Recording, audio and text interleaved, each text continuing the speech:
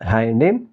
2024 సార్వత్రిక ఎన్నికల్లో విజయం సాధించిన తర్వాత కూటమి ప్రభుత్వం సంబంధించినటువంటి కొంతమంది నాయకులు, అందరని మనం చెప్పలేం గానీ, కొంతమంది బుద్దా వెంకన్న లాంటి వారు, పట్టాభి లాంటి వారు, ఆనం వెంకటరమణారెడ్డి లాంటి వాళ్ళు, ఇంకా చాలామంది వారు నోటికి అదుపు లేకుండా వారి ఇష్టం వచ్చినట్టు మాట్లాడుతూనే ఉన్నారు.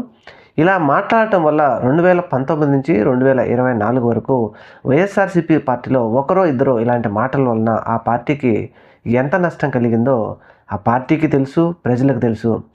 అదేవిధంగా అయితే తెలుగుదేశం పార్టీ వారు అప్పుడు ప్రతిపక్షంలో ఉన్నప్పుడు మాట్లాడారు. ఇప్పుడు అధికార పక్షం వచ్చిన తర్వాత కూడా వారు ఇష్టం వచ్చినట్టు మాట్లాడుతూ ఉన్నారు. మరీ ముఖ్యంగా బుద్దా వెంకన్న కూడా ఈ మధ్య విలేకరుల మిత్రులతో మాట్లాడుతూ వైఎస్ఆర్ కాంగ్రెస్ పార్టీ 2024 సార్వత్రిక ఎన్నికల్లో చిత్తుగా ఓడిపోయింది, 11 సీట్లకు మాత్రమే పరిమితమైంది అన్నారు. 11 సీట్లకే పరిమితమైనది బుద్దా వెంకన్న గారు చెప్పవలసిన పని లేదు, ప్రజలందరికీ తెలుసు. అయినప్పటికీ వారికి వైఎస్ఆర్సీపీ పార్టీకి 40% ఓటింగు ఆంధ్రప్రదేశ్ రాష్ట్రంలో ఉన్న సంగతి మాత్రం ఆయన మర్చిపోయినట్టున్నారు.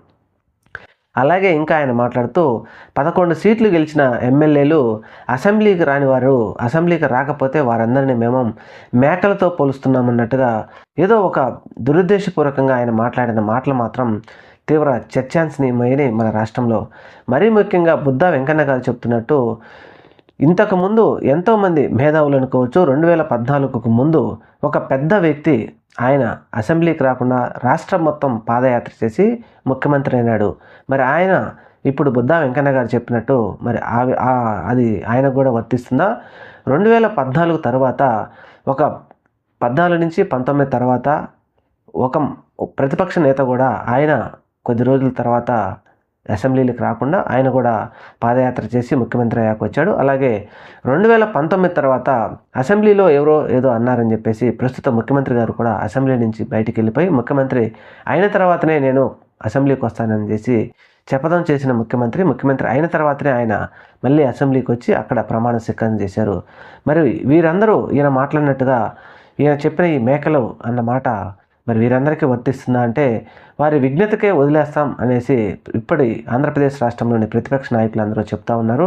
కానీ ఎందుకంటే నోటికి ఏదొస్తే అది, అధికారం మన దగ్గర ఉంది, పోలీసులు మనం చెప్పినట్టు ఉంటారు, మనం ఏం మాట్లాడినా మనల్ని ఎవరు ఏమనరు అనే విధంగా మాట్లాడటం మాత్రం ఇది ఎంతవరకు సబబు కాదు.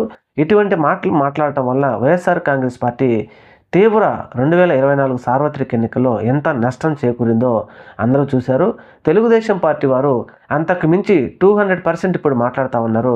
మరి ఇది ఎంతవరకు సబబు కాదు అనే విధంగా ప్రజలు చర్చించుకుంటున్నారు. మరి ఇప్పటికైనా తెలుగుదేశం పార్టీ వారు, వారి నాయకులు ఈ మాటలు మాట్లాడటంలో సంస్కృతిని మార్చుకుంటారా లేదా అనేది రాబోయే రోజుల్లో చూడాలి. Thank you. మన ఛానల్ని తప్పకుండా సబ్స్క్రైబ్ చేయండి. నమస్తే.